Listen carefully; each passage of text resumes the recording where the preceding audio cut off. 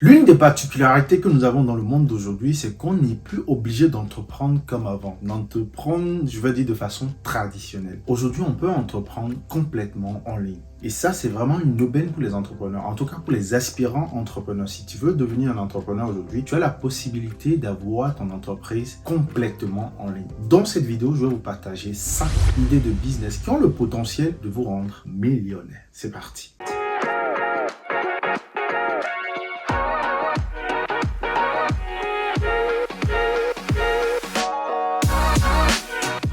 Salut à toi, je suis Ariel Agoudjobé, entrepreneur en Afrique depuis quelques années maintenant. Sur cette chaîne, je parle de liberté financière et d'entrepreneuriat, principalement vers le continent africain. Si ce sont des thématiques qui te parlent, n'hésite absolument pas à t'abonner, mais surtout à activer la cloche de notification pour ne manquer aucune de mes vidéos hebdomadaires. Derrière cet effet, j'ai écrit un tout petit livret intitulé le MBA de l'investisseur africain. C'est un tout petit livret qui se lit très rapidement. Dedans, tu vas retrouver les compétences et les aptitudes que tu dois développer pour entreprendre sereinement sur le continent africain, mais également une feuille de route, un plan d'action concret que tu peux suivre pour entreprendre tes activités sur le continent. Et en bonus, j'ai rajouté 10 idées très rentables que tu peux implémenter si tu veux débuter tes activités sur le continent. C'est dans la barre de description, c'est totalement gratuit. Tu me dis à quelle adresse mail et je te l'envoie. Petite parenthèse, j'organise le 29 avril 2023, la date est connue maintenant, le samedi 29 avril 2023, une conférence business sur Paris. On va parler des stratégies pour augmenter vos revenus en 2023. Je serai accompagné d'autres entrepreneurs. On va parler d'identité personnelle, de comment travailler vos réseaux sociaux afin de vendre un produit, votre talent, un service que vous avez déjà comme idée. On va également parler d'immobilier, de comment investir dans l'immobilier. Mais si vous voulez juste tout simplement augmenter vos revenus, c'est-à-dire multiplier votre salaire, juste en passant par freelance, on va aborder également ces différents sujets. Dans la barre de description également, vous avez le lien pour participer à cette conférence. Attention, les places vont très vite, c'est très limité et c'est premier arrivé, premier servi. Alors, je vous disais en début de vidéo qu'on n'a plus besoin d'entreprendre comme il y a 10 ans, 20 ans en arrière aujourd'hui. Aujourd'hui, on peut créer une entreprise complètement en ligne. La première idée de business qui me vient à la tête n'est rien d'autre que l'e-commerce. Qu'est-ce que je vous recommande de faire ici? C'est plutôt de créer une DNVB. Qu'est-ce qu'une DNVB? L'acronyme, ça veut dire Digital Native Vertical Brand. Ce sont des entreprises qui sont pensées dès le départ à être 100% digitalisées. Donc, tout est pensé pour que ce soit une entreprise en ligne. Si je vous parle de Horace, de Respire, que d'autres parmi vous connaissent, ou même du Slip français, ce sont des entreprises qui ont été pensées à être 100% digitalisées. Aujourd'hui, elles ont des boutiques en ligne. En fait, c'est ça qui caractérise les DNVB. Elles ont des boutiques en ligne et elles ont des réseaux sociaux sur lesquels ils vendent. Ces entreprises vendent sur les réseaux sociaux ou leurs boutiques en ligne. C'est vraiment ça. Leur acquisition passe par le bouche à oreille, mais également les réseaux sociaux, les techniques d'acquisition qu'il y a sur les réseaux sociaux aujourd'hui, qu'il y a en ligne aujourd'hui. Donc, une entreprise, vous créez une marque qui va être pensée à être complètement sur les réseaux sociaux. Bon, ça arrive à ces entreprises de créer derrière après des boutiques parce que la demande est très grande. Parce que j'ai vu qu'aujourd'hui, les DNVB ont fait en 2021 plus de 2,7 milliards de chiffre d'affaires. C'est énorme. C'est normal que d'autres arrivent à aller maintenant sur le côté, on va dire, physique, de créer des boutiques derrière. Parce qu'en fait, il y a quelques caractéristiques qui font que vous allez être une DNVB. En fait, la première caractéristique, c'est d'avoir une très très bonne idée. Et c'est quoi une bonne idée? Une bonne idée, c'est que vous répondez à un vrai besoin, mais vous avez quand même quelque chose qui vous différencie. Si vous voyez un peu les slips français, le slip français, c'est un slip. On achète tous des slips, mais il y a un concept qui va avec l'idée. Donc, quand vous combinez les deux ensemble, vous avez une très très bonne idée. Vous pouvez créer une DNVB avec. La deuxième caractéristique d'une DNVB, c'est de bien étudier votre marché. C'est-à-dire que vous devez avoir une cible assez large et vous êtes sûr que vous avez un besoin qui est là, que vous allez combler. Vous avez des gens qui vont répondre à qui vous répondez à ce besoin-là qui est très important. Si vous prenez Respire, par exemple, vous voyez, c'est de la matière solide. Les gens, ils sont beaucoup plus en train de penser à leur planète aujourd'hui. Donc, ça vient répondre vraiment à un besoin. Et en plus, celle qui incarne cette marque-là, c'est quelqu'un elle est sportive, elle est joyeuse. Donc, il y a quelque chose qui va avec cette marque. Vous voyez? Donc, derrière, vous devez avoir ça. Vous devez bien étudier votre cible et être sûr que vous avez un grand marché pour pouvoir conquérir ce marché-là derrière. S'il y a un vrai marché derrière, votre idée de business. Et la troisième caractéristique, c'est que les DNVB vont très vite à l'international. Elles ne se contentent pas d'un petit marché local, elles vont très très vite à l'international parce qu'elles sont en ligne tout simplement. Et quand tu es en ligne, en fait, tu es en ligne partout. Tout le monde peut te trouver dans n'importe quel pays. Tu n'as pas besoin de quoi que ce soit. Tu as juste besoin de cibler d'autres gens dans d'autres pays qui ont les mêmes besoins. C'est tout. C'est aussi simple que ça. On n'a pas besoin de faire comme... Parce que si c'est une entreprise traditionnelle, elle devrait maintenant avoir d'autres locaux dans d'autres pays, se déplacer physiquement, faire des acquisitions comme d'habitude, passer à la télé. C'est trop lourd. Une entreprise qui est en ligne, elle a juste à mettre ses publicités sur les réseaux sociaux dans d'autres pays et dès que d'autres personnes voient ça dans d'autres pays, elle commande. Elle a juste à traduire son site dans la langue. En général, c'est en anglais. Donc, ça va très, très vite pour les digitales natives, les DNVB. Donc, vous voyez, l'idée qu'il y a derrière, c'est que vous pouvez aller avec l'e-commerce. Je sais qu'il y a bien Amazon FBA ou du dropshipping, mais il faut penser à un concept beaucoup, beaucoup plus périn sur le long terme. Et pour ça, en fait, il faut penser à créer une DNVB, une marque qui se distingue, pas une histoire, pas quelque chose de concret et que vous allez bien brander et que vous allez penser à être en ligne. En tout cas, c'est une très, très, très bonne idée si vous voulez vraiment réussir dans l'univers des e-commerce. Vous voyez des marques aujourd'hui qui font beaucoup de chiffres d'affaires. Vous voyez à peu près ce qu'elles font. Vous pouvez vous inspirer de ce qu'elles ont mis en place aujourd'hui pour créer votre propre marque. La deuxième idée de business en ligne que vous pouvez créer qui a le potentiel de vous rendre multimillionnaire n'est rien d'autre que la formation en ligne. Pour créer un business de formation en ligne, vous avez besoin de 3 choses fondamentalement. La première, c'est d'avoir une connaissance. La matière première de la formation en ligne, c'est la matière grise. C'est ce que vous avez dans votre tête. La deuxième, c'est de créer une communauté autour de cette matière grise-là. De créer une communauté autour de partager votre passion, votre talent, en tout cas votre savoir-faire autour de sujets que vous avez dans votre tête, de cette connaissance-là. Et la troisième, c'est tout simplement de créer un produit qui va répondre à cette communauté que vous avez créée là pour que eux aussi passent à l'action dans ce que vous êtes en train de leur proposer. Aujourd'hui, j'ai des gens qui font de la formation sur comment créer des tableurs sur Excel. Les gens connaissent ça, ils savent le faire. Il y en a qui ne savent pas le faire. Donc, ils vont aller sur Internet, ils vont acheter la formation, ils vont l'apprendre. Pour ça, en fait, il faut avoir une méthodologie, il faut pouvoir être pédagogue dans l'explication. Mais la formation en ligne, c'est clairement un très bon business aujourd'hui. Parce que la matière première, c'est la matière grise. C'est ce que vous avez dans la tête. Et aujourd'hui, beaucoup de gens se regardent aujourd'hui et se disent, mais moi, je peux pas faire de la formation en ligne. Mais si, tu connais déjà quelque chose que des gens ne connaissent pas, tu as juste à le proposer. À quel point tu connais ces choses? À quel point tu peux approfondir davantage ce que tu connais et pour l'apporter à d'autres personnes? Il y a beaucoup de gens qui sont peut-être au niveau 0 dans un domaine où toi, tu es au niveau 10. Ou toi tu es au niveau 20, ou toi tu es au niveau 100, va leur apporter ta connaissance là-dessus, ils viendront le prendre de toute façon parce que tout le monde a besoin de quelqu'un quelque part où il n'a pas la connaissance. Donc c'est très important, la formation en ligne aujourd'hui est beaucoup démocratisée. Si vous voyez, moi j'apprends beaucoup sur Udemy par exemple, je suis ingénieur logiciel, je ne compte pas le nombre de formations que j'ai fait sur Udemy, mais c'était d'autres développeurs comme moi qui ont exposé un sujet principalement, qui ont exposé quelque chose. La formation en ligne, c'est ce qui existait déjà dans des livres. Moi j'ai acheté des livres de développement pour apprendre comment développer. J'ai acheté des livres où on a expliqué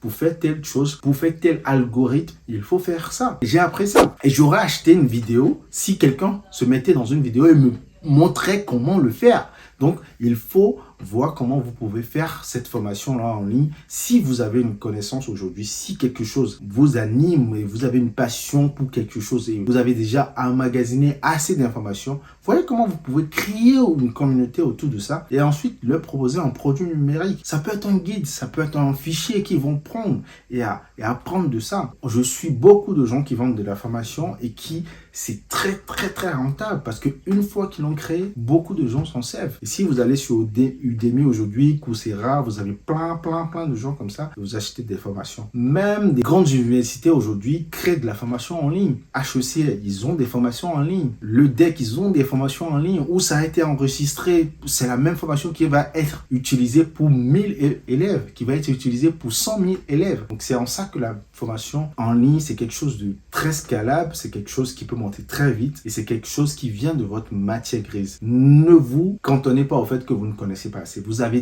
déjà assez d'informations sur un sujet que vous pouvez vendre à quelqu'un, que vous pouvez apporter à quelqu'un. Ça, c'est sûr et certain. Nous avons tous quelque chose à apporter à l'autre. La troisième idée de business en ligne n'est rien d'autre que l'agence de marketing digital. Qu'est-ce qu'une agence de marketing digital? C'est une agence qui va permettre à votre entreprise d'acquérir davantage de visibilité et d'autorité en ligne, en lui attirant un maximum de trafic qualifié pour son business. Donc, toutes les entreprises aujourd'hui ont besoin d'une présence en ligne. Et l'agence de marketing digital, elle est faite pour ça. Elle est faite pour t'attirer un trafic qualifié parce qu'elle va s'appuyer sur des outils qu'elle maîtrise, à savoir Google Ads ou les publicités Facebook. Elle sait comment cibler tes clients. Donc, quand vous avez ces connaissances-là de Facebook ou de Google Ads, vous savez comment cibler. Vous savez comment lancer une campagne de publicité pour cibler les bonnes personnes pour une entreprise. Donc, vous pouvez lancer une agence de marketing. Toutes les entreprises en ont besoin. Toutes les entreprises en ont besoin. Même des personnes en ont besoin. Donc, si vous savez faire ça, vous pouvez démarrer tout seul et ensuite former des gens et créer une équipe. Et sinon,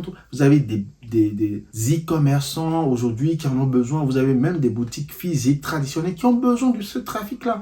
Parce que Internet aujourd'hui, avec la création de contenu, plein de choses, c'est beaucoup de trafic et bam, votre publicité va sortir, bam, un mot va sortir par rapport à vous et dans votre cible, dans les gens que vous avez ciblés. Et les gens vont venir dans votre boutique. Les gens vont venir sur votre boutique en ligne parce qu'ils ont vu votre publicité quelque part qui répond à un besoin qu'ils ont. Ils ne viennent pas pour vous, mais parce qu'on a su le cibler parce qu'ils ont ce besoin-là. Et c'est ça que l'agence de marketing digital s'est fait. Et si vous créez une agence de marketing digital, vous imaginez à quel point vous pouvez scaler, surtout avec une équipe aujourd'hui. Il y a des jeunes qui ont démarré tout seuls aujourd'hui, qui ont des grosses équipes en ligne aujourd'hui et qui font des millions dans le marketing digital. Ils sont derrière les grosses marques que vous connaissez aujourd'hui. Même les grosses marques aujourd'hui essayent d'être sur les réseaux sociaux en partageant du contenu parce qu'aujourd'hui, elles n'arrivent plus à avoir la cible des plus jeunes. Et en fait, quand on sait que c'est les plus jeunes qui vont continuer à acheter, qui ont un grand pouvoir d'achat, qui sont dans la consommation, on veut cette cible-là et on sait répondre aux besoins de cette cible-là. Donc, si vous êtes dans le business du marketing digital, tout ce qu'il vous faut, c'est de maîtriser des outils qui permettent d'attirer un trafic qualifié pour des clients. Vous pouvez même le faire gratuitement pour des clients. S'ils voient, vous pouvez proposer au client que si je t'apporte 100 000 euros, je prends 15% de ton chiffre. Lui, il va accepter. Si tu peux lui faire ça, tu lui fais ça, il va accepter. Donc, il faut voir comment vous pouvez entamer ce business-là tout seul ou avec une équipe. Si vous avez déjà des compétences en publicité Facebook, en Google Ads ou en SEO, des choses comme ça, vous voyez comment vous pouvez le faire. Et vous pouvez apporter beaucoup de valeur pour les entreprises. Donc, ne négligez jamais ce que vous connaissez, ce que vous savez faire. Vous pouvez apporter énormément et vous pouvez faire beaucoup d'argent avec. Vous pouvez vous tester avec des petites entreprises, mais ensuite aller cibler des grosses entreprises pour leur avoir du trafic, de l'argent. Vous prenez un pourcentage là-dessus ou vous faites payer votre prestation, tout simplement. Vous pouvez juste faire de la prestation pour ça pour des entreprises. La quatrième idée du business va concerner clairement les développeurs ou même ceux qui s'intéressent un peu au développement aujourd'hui. Ce sont les applications mobiles. C'est quelque chose qui se développe énormément aujourd'hui parce que les gens sont beaucoup plus sur leur téléphone. Si vous avez une belle idée que vous pouvez développer une application mobile avec, comment vous allez vous faire de l'argent avec ça? Comment on se fait de l'argent avec une application mobile? Avec des achats intégrés ou de la publicité à l'intérieur. Vous pouvez créer un petit jeu. J'ai vu en Afrique plein de jeunes qui arrivent à créer des petites applications. Ce qu'il leur faut maintenant, c'est comment promouvoir ces applications-là et de créer une communauté autour et de créer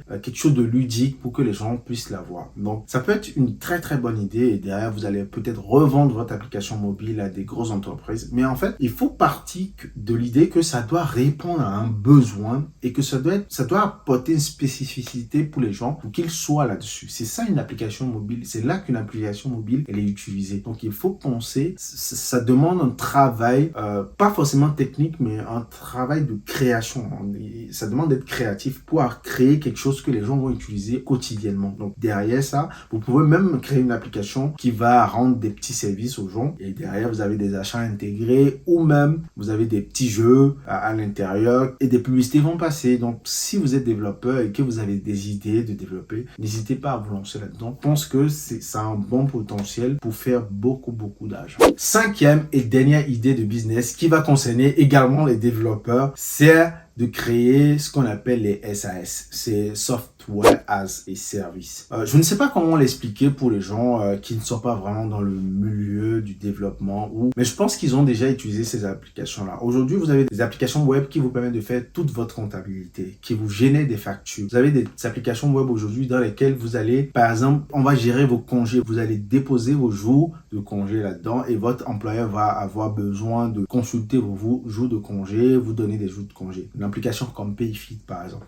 Je sais pas si beaucoup de gens connaissent ce type d'applications. Ce sont des applications qui sont très demandées aujourd'hui. Et en Afrique, ça va créer encore plus de la demande dans le futur parce que ce sont des applications des applications web qui viennent répondre à un besoin précis qui existe déjà, mais qui sont faits sous forme d'abonnement. Les gens ne demandent plus d'acheter le logiciel, mais ils te fournissent un service web que tu payes tous les mois. Dans mon entreprise, par exemple, moi, j'utilise un logiciel de comptabilité qui est en ligne web et du coup, tous les mois, pour générer des factures, pour créer des avoirs, pour créer des devis, je vais là-dedans et je crée mon devis, je crée ma facture et je l'envoie. C'est une application. J'ai mon comptable qui est connecté là-dessus et qui voit tout ce que je crée. Donc, vous voyez, je paie et il y a un abonnement tous les mois qui est payé là-dessus. Donc, vous voyez, donc ces applications-là viennent répondre à des besoins qui existaient déjà, mais ce ne sont pas des logiciels que vous allez acheter et une fois vous avez acheté comme ça, c'est fini. Non, il y a un abonnement que vous payez et si vous ne voulez plus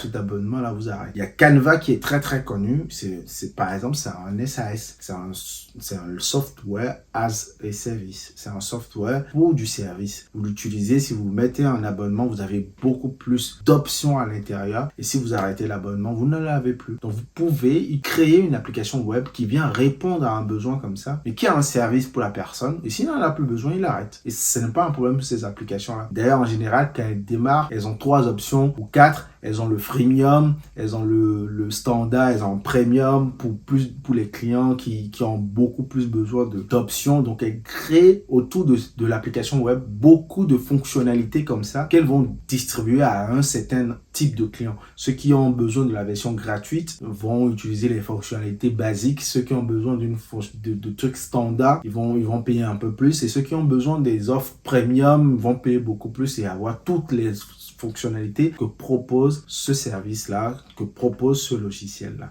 Donc, vous voyez un peu, je ne sais pas si j'ai bien expliqué ce type d'application-là, mais il faut, si vous n'êtes pas du domaine, renseignez-vous sur les SAS. C'est un truc très lucratif aujourd'hui que vous pouvez créer et il y a trop. Il y a beaucoup de besoins aujourd'hui. Moi, par exemple, j'hésite entre créer soit un SAS ou un e-commerce, une DNVB. C'est entre les deux que j'hésite. Je sais que je vais aller sur l'une des deux quand j'aurai le budget conséquent pour y aller. Mais je sais que je vais aller dans l'un des deux. Les deux ne demandent pas les mêmes compétences ni les mêmes créativités, mais ça demande autant de boulot, donc il faut voir. En tout cas, voilà les 5 idées de business que je voulais partager avec toi dans cette vidéo. Si le contenu t'a plu, n'hésite pas à liker cette vidéo, mais surtout, laisse-moi des commentaires en bas. Dis-moi ce que tu en penses de ces contenus-là. Dis-moi ce que tu en penses. Dis-moi ce que tu retiens de ça. Et si tu as des questions, pose-les dans les commentaires. Je ne veux pas hésiter à répondre aux questions. Posez-moi-les dans les commentaires. On se dit à la prochaine vidéo. Bye bye.